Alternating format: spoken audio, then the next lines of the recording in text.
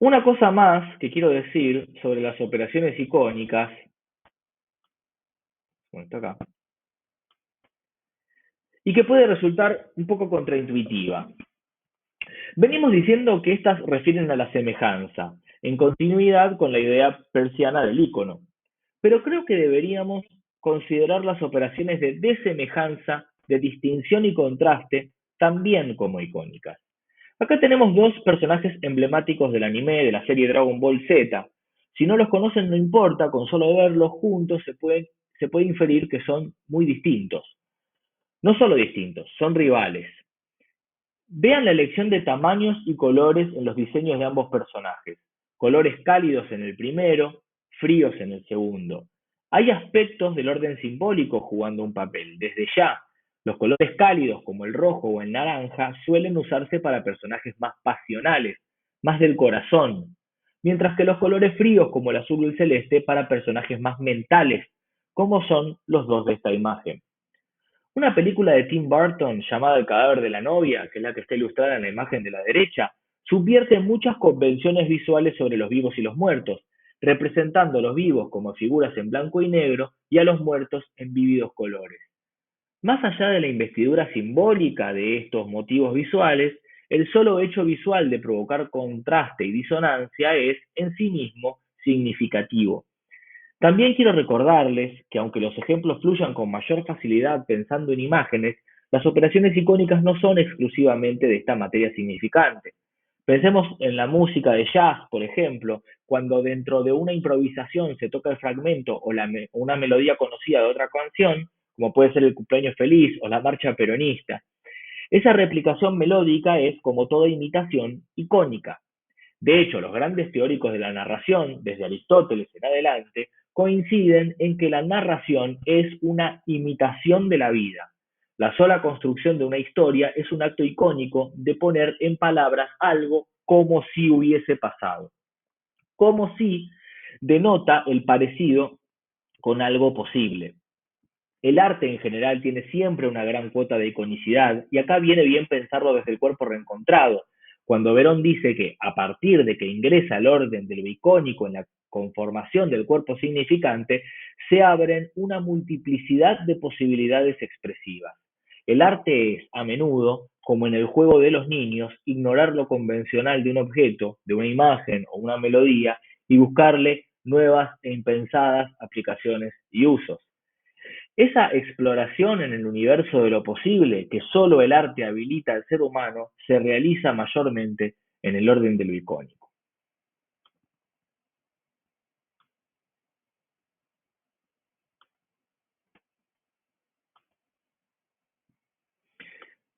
Recordando los contenidos de la clase 2, sabemos que el símbolo es el único de los tres tipos de signo de Peirce que puede representar ideas, pensamiento abstracto. Esto provee que el orden de lo simbólico, que en ese orden se den las operaciones más complejas, como puede ser la operación metalingüística de definición o las operaciones aritméticas de suma, resta, multiplicación y división. Son todas operaciones simbólicas que tienen que ver con un elemento característico de lo que Peirce llamó la terceridad, las reglas. Lo simbólico es el orden a través del cual se establecen reglas o se da conformidad a ellas. Los géneros discursivos, por ejemplo, son un conjunto de reglas de producción de discursos y en ese sentido, todo discurso producido dentro de un género, como por ejemplo la entrevista, la nota de opinión o el editorial, géneros de la prensa gráfica, se constituyen como tales en lo simbólico.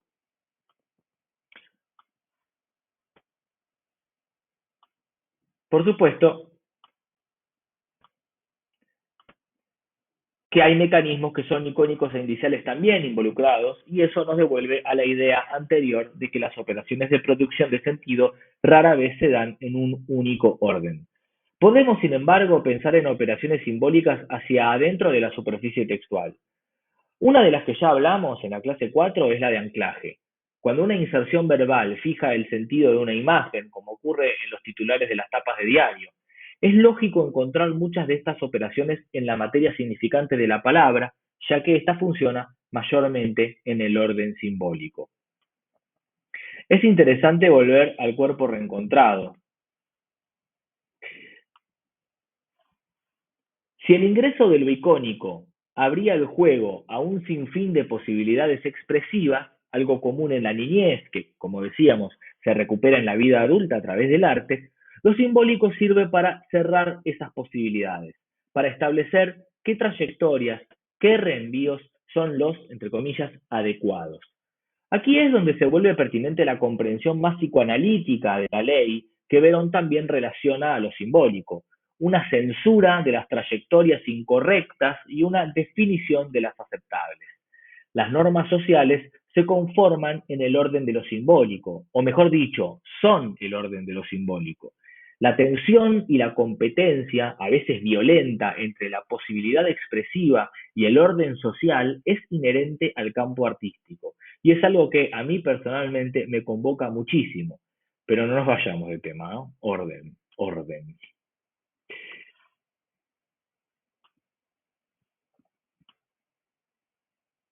¿Dónde pongo acá? Bueno, pongo acá y tapo un poquito. Nos interesa mucho pensar en operaciones simbólicas hacia las condiciones de producción y de reconocimiento, especialmente en el discurso y la conversación política. Todo discurso político, toda construcción de un colectivo de ideas, tiene una necesidad fundamental de apoyarse en una narrativa histórica. Si no han notado esto, les recomiendo que empiecen a mirar cómo los presidentes hablan del pasado y a comparar cómo es la historia de Milei, cómo es la historia de Cristina, cómo es la historia de Macri. Quizás de estos tres, el menos abocado a la historia fue el líder del PRO. El macrismo se constituyó más bien como un proyecto que miraba más al futuro que al pasado, algo que se expresó bien, de algún modo, en el gesto de sacar a los próceres de los billetes y reemplazarlos por animales. ¿Recuerdan la explicación que dio el entonces jefe de gabinete Marcos Peña? Dejaban descansar a los muertos y los reemplazaban por figuras vivas. Algo así había dicho. Interesante idea del pasado como lo muerto, lo perimido, lo que no nos debería seguir importando.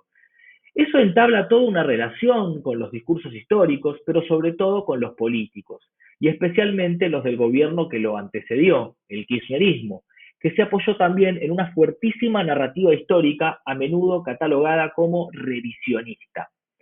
Por último, el giro conservador que Javier Milei le imprimió a esa derecha, que con Macri fue más futurista, lleva la narrativa histórica hacia lugares muy lejanos, predemocráticos, con una reivindicación explícita de la Argentina previa a la ley de Sáenz Peña y el voto popular. Toda la exaltación de la figura de Alberdi que hace Milei y que se encuentra invocada en el título mismo de su proyecto de ley, la ley de bases, muestra qué importancia tienen las operaciones simbólicas orientadas hacia las condiciones de producción en el discurso político.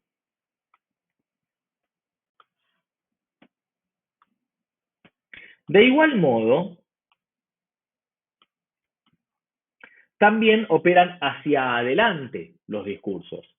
No me refiero, no estoy hablando del futuro, aunque la visión de futuro en un discurso político también es fundamental, sino hacia los destinatarios, hacia la recepción. Sobre esto vamos a hablar más en la clase dedicada al discurso político, donde veremos que todo discurso de esta naturaleza construye tres imágenes discursivas de destinatario: el que está a favor, el que está en contra y un indeciso, alguien que está en el medio. Milley habla mucho de cómo se va a interpretar lo que él dice, especialmente cómo lo van a interpretar los actores que él define como sus enemigos, los que en sus términos no la ven, o los que no la vemos, digamos, ¿no? Yo me siento totalmente representado por esa caracterización. Ahí tenemos interesantes operaciones simbólicas orientadas hacia el reconocimiento. Bueno, esto ha sido un pequeño pantallazo de todo lo que se despliega a nivel discursivo en los tres órdenes de lo inicial, lo icónico y lo simbólico. Si quisiéramos hacerle un poco más de justicia a toda esta complejidad, necesitaríamos por lo menos una clase entera para cada uno, pero con esto al menos nos hacemos una idea. Volveremos sobre estos conceptos a lo largo de todo lo que queda del curso, así que si algo no se terminó de entender ahora o si quedaran dudas, que es lo más probable, con suerte se irán despejando en lo sucesivo.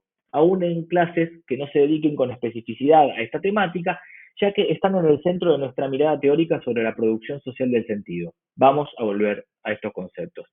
La clase que viene, sin embargo, vamos a abrir nuevas coordenadas de relación del discurso con elementos externos. Hablo en particular de dos, muy importantes, que hemos mencionado en estas clases con cierta soltura y que pueden haber pasado desapercibidos, pero que en el próximo video van a estar en primer plano. Los actores de los intercambios discursivos, es decir, quienes hablan y quienes leen o escuchan. Me estoy refiriendo al enunciador y al destinatario, y con ellos a la compleja cuestión de lo enunciativo.